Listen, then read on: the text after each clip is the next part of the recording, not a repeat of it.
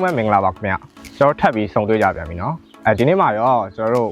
ဘာအကြောင်းပြောမှာလဲဆိုတော့ထုံးစံတိုင်းစိုက်ကဲအကြောင်းပါပဲဒါပေမဲ့စိုက်ကဲအကြောင်းတိကျပြောမှာတော့မဟုတ်ဘူးကျွန်တော်တို့စိတ်ဝင်စားဖို့ကောင်းတဲ့နေရာတစ်ခုကိုသွားဖို့ရှိထားတော့အဲ့ဒီကိုအားလုံးကိုသူခေါ်လာခြင်းနဲ့အဲ့ကြမှာကျွန်တော်ပြောခြင်းတဲ့စိုက်ကဲအကြောင်းကိုတိတိထထလေးပြောပြပါတော့မယ်ဆိုတော့ကျွန်တော်လည်းအတူအားလုံးသွားကြအောင်ဗျ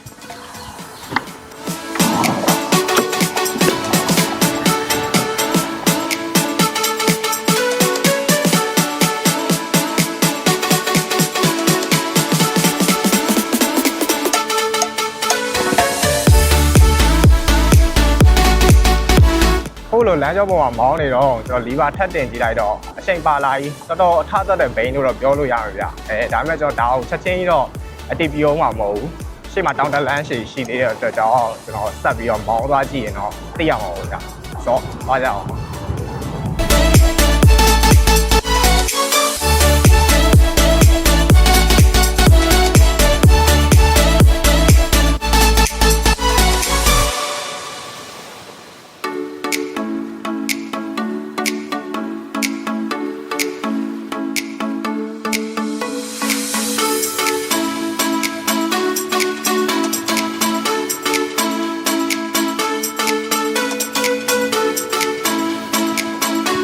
ခုဆိုရင်တော့လမ်းကြောရောပါရောရှက်နေတဲ့ဒါခီးစဉ်လေးကိုကျွန်တော်ကတော့ကမ်ပိုဟဲဗန်ဘိန်းလေးနဲ့ခီးဆက်လာလို့ဒါအញ្ញမ်းလာတဲ့နေရာလေးကိုရောက်လာပြီပေါ့နော်ဆိုတော့ရှေ့မှာဆိုရင်တော့ကျွန်တော်အားလုံးခေါ်တော့ပေးခြင်းနဲ့နေရာလေးရဲရွာခေါ်ရာစီရောက်မှာပါဆိုတော့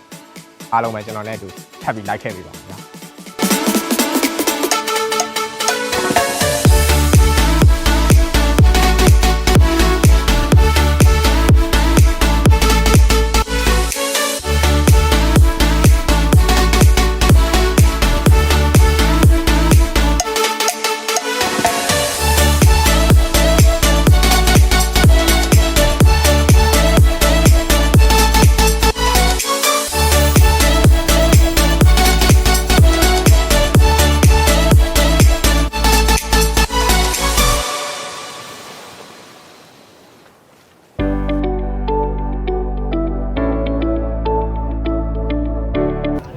ဆိုရင်တော့ကျွန်တော်တို့ရာသီရောရောက်ပါပြီဗျာ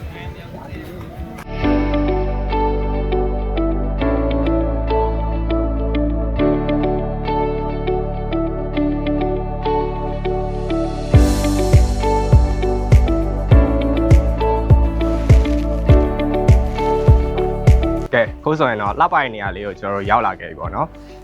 ဒီခီးစဉ်အစမှာကျွန်တော်ပြောခဲ့သလိုပဲဒီကမ်ဘောကထောက်ထားတဲ့ Heaven Bay လေးနဲ့တူကျွန်တော်တို့ဒီတောင်ပေါ် data လေးကိုခီးဆက်ခဲ့တယ်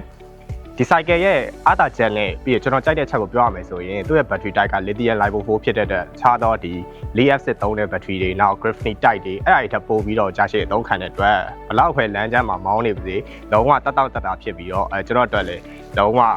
ဒီ cycle မောင်းနေရတယ်မတူဘဲနဲ့အပန်းဖြေရတယ်လို့ပဲဖြစ်မိတယ်ဆိုတော့ဒီခီးစဉ်လေးကအရန်လဲလှပသလိုပြီးတော့ဒီဘိန်းလေးနဲ့သွားတဲ့အခါမှာလည်းသူ့ရဲ့နာမည်လေးအတိုင်းပဲ Heaven ဆိုတဲ့အတိုင်းစိတ်ချမ်းသာမှုအပြည့်အဝရနေပါတယ်ဒါကြောင့်မို့လို့ဒီဗီဒီယိုကြည့်နေတဲ့မိတ်ဆွေတွေအားလုံးလည်းနေ့စဉ်အသုံးရောကိုအားထားဖို့အတွက်ဘိန်းတစ်ဘိန်းလိုနေရဆိုရင်တော့ကျွန်တော်ကတော့ဒီကမ်ပို Heaven ဘိန်းလေးကိုညွှန်းချင်ပါတယ်ဗျအားလုံးကျေးဇူးပါဆိုတော့ကျွန်တော်တို့နောက်ထပ်ဗီဒီယိုမှာထပ်တွေ့ကြပါမယ်